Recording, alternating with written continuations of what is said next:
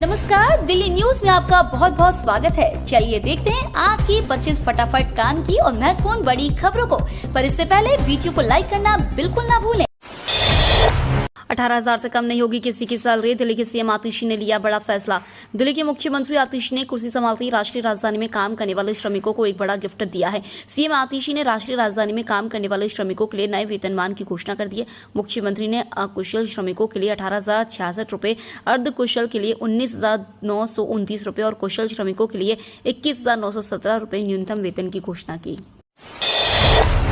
दिल्ली में फिर से ऑड-इवन की तैयारी। आतिशी सरकार ने बता दिया विंटर का पूरा प्लान। दिल्ली में हर साल अक्टूबर और नवंबर में बढ़ने वाले प्रदूषण को रोकने के लिए दिल्ली सरकार विंटर एक्शन प्लान पर काम कर रही है।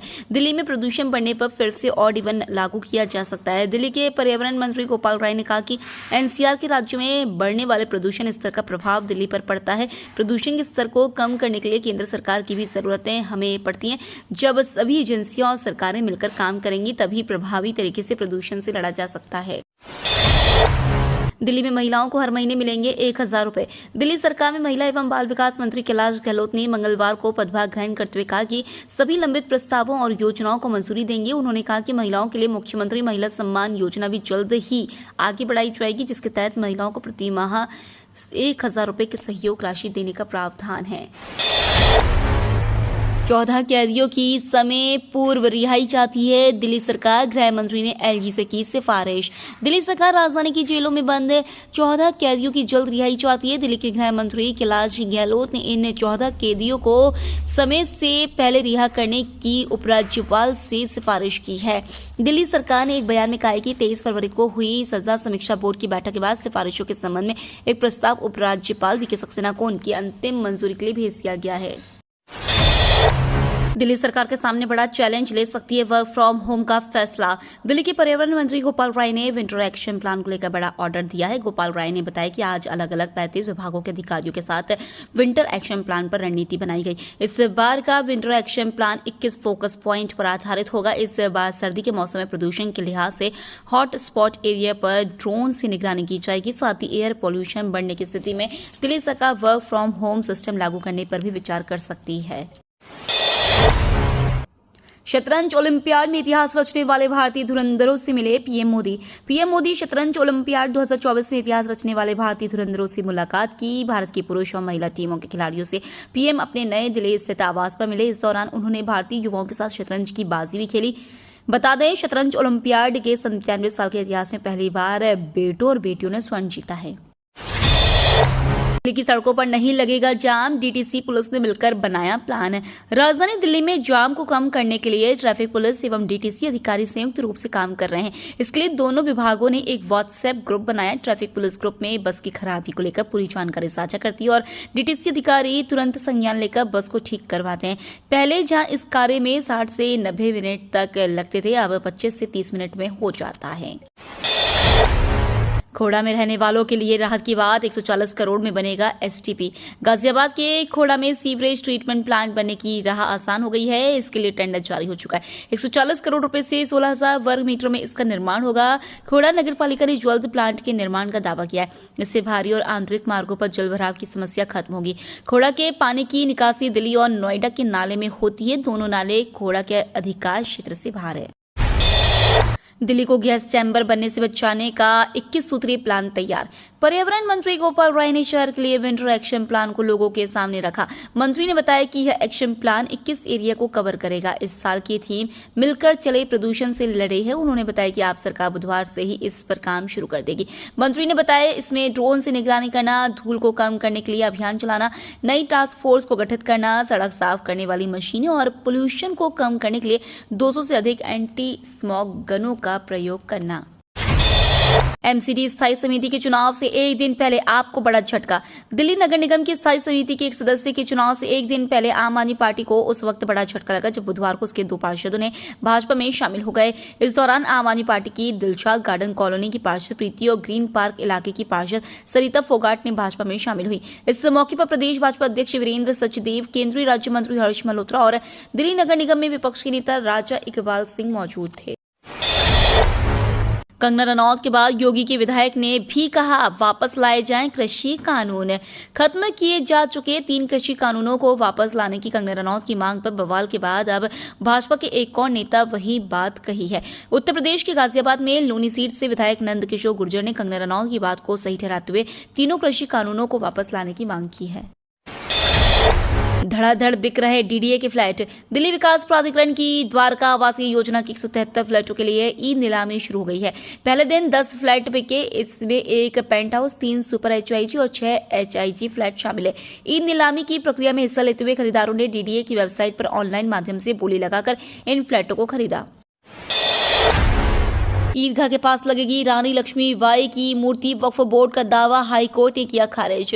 दिल्ली में डीडीए की जमीन पर वक्फ बोर्ड के दावे को हाईकोर्ट ने खारिज कर दिया है। अब डीडीए यानी दिल्ली विकास प्राधिकरण इस जमीन पर रानी लक्ष्मीबाई की प्रतिमा लगाने जा रही है। हाईकोर्ट के फैसले के बाद डीडीए के अधिकारियों ने प्रतिमा स्थापित करने के लिए खुदाई शुरू कर दी है। शाही ईदगाह के पास की इस जमीन पर फैसला आने के बाद डीडीए और एमसीडी के अधिकारी मौके पर पहुंचे और मूर्ति लगाने का काम शुरू कर दिया। दिल्ली में डॉक्टरों की लापरवाही से मरीज की मौत मामले में बड़ा एक्शन।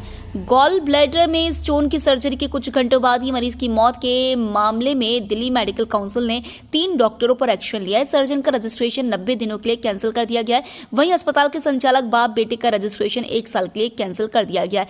डीएमसी का कहना है कि मामले की गंभीरता को देखते हुए एक कमेटी का गठन किया गया है, जिसकी रिपोर्ट के आधार पर एक्शन लिया गया है। आवाज से पता चल जाएगा कि आपको कौन सी बीमारी है। एआई जल्द करेगा यह कमाल।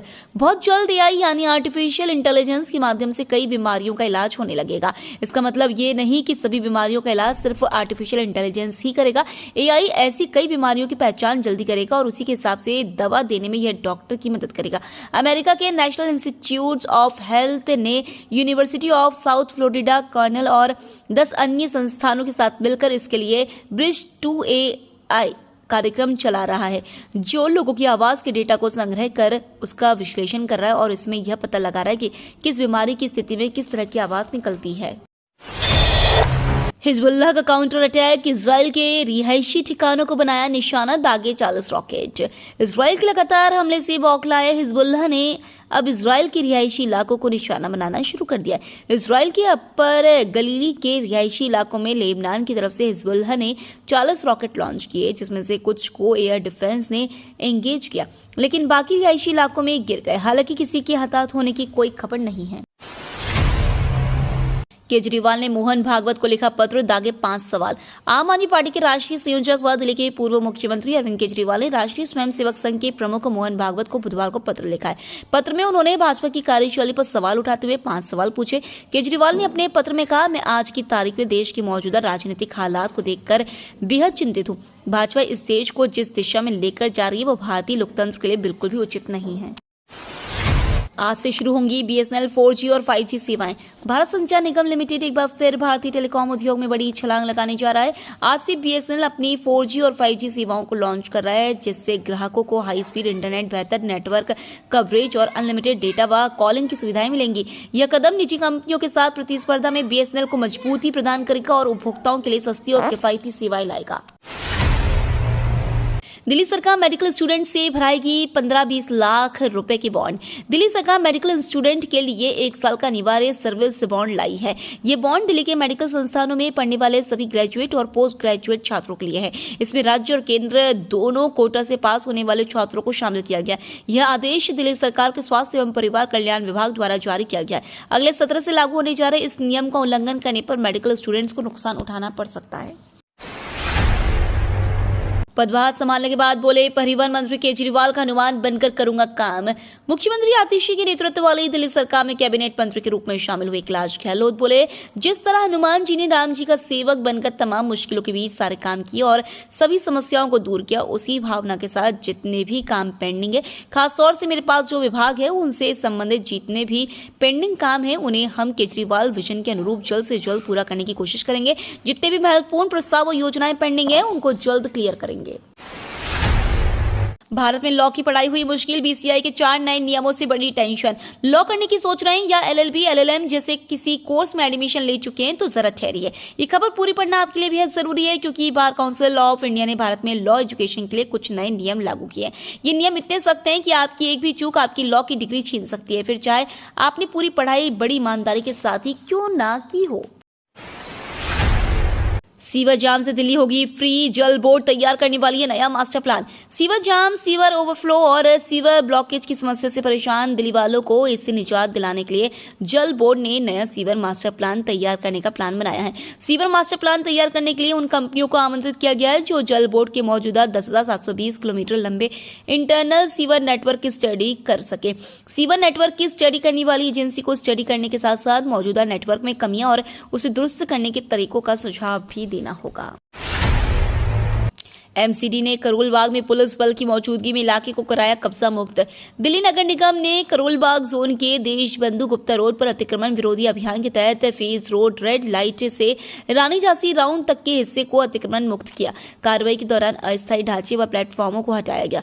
उपायुक्त कर्नल अभिषेक कुमार मिश्रा ने कहा कि यह पहल सार्वजनिक स्थानों को अतिक्रमण मुक्त बनाए रखने और सभी नागरिकों की सुरक्षा व हितों को सुनिश्चित करने के लिए की गई है। बिहार से झारखंड आए कई सरकारी कर्मियों पर डिमोशन का खतरा।